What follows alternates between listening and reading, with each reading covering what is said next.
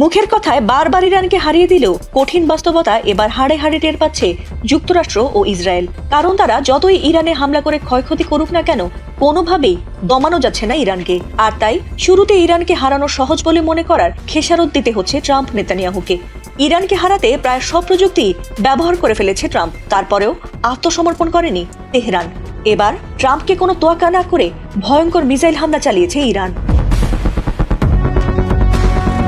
Operation true promise 4 এর আওতায় নতুন করে ইসরায়েলে যুক্তরাষ্ট্রে লাগাতার এই মিসাইল হামলায় ইসরায়েলের আয়রন ডোম থেকে আমেরিকার শক্তিশালী ও গুরুত্বপূর্ণ রাডারও মিসাইল দিয়ে উড়িয়ে দিয়েছে ইরানি বাহিনী।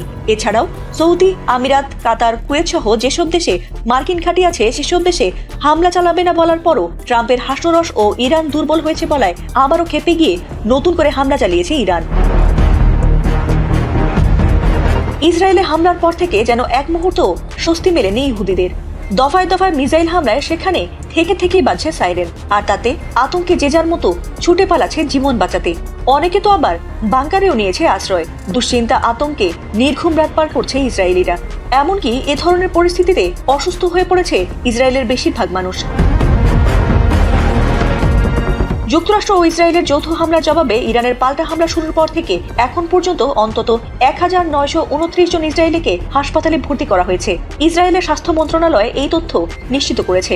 মন্ত্রণালয়টি জানিয়েছে, গত 24 ঘন্টায় নতুন করে 157 জন হাসপাতালে চিকিৎসা নিতে এসেছেন।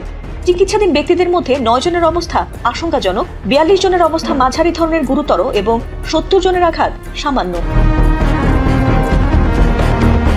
ইসরায়েলে হামলা শুরুর পর থেকে কতজন এ পর্যন্ত নিহত হয়েছেন সে খবর কিন্তু এখনো গোপন রেখেছে দেশটি।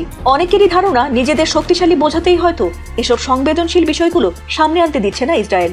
যদিও গত বছরের ইরানের সঙ্গে যুদ্ধে শারীরিক মানসিকভাবে অসুস্থ হয়ে যুদ্ধক্ষেত্র থেকে পালিয়েছিল বহু ইসরায়েলি সেনা, তবে এই বিষয়টি নিয়েও মুখ খোলেনি ইসরায়েল।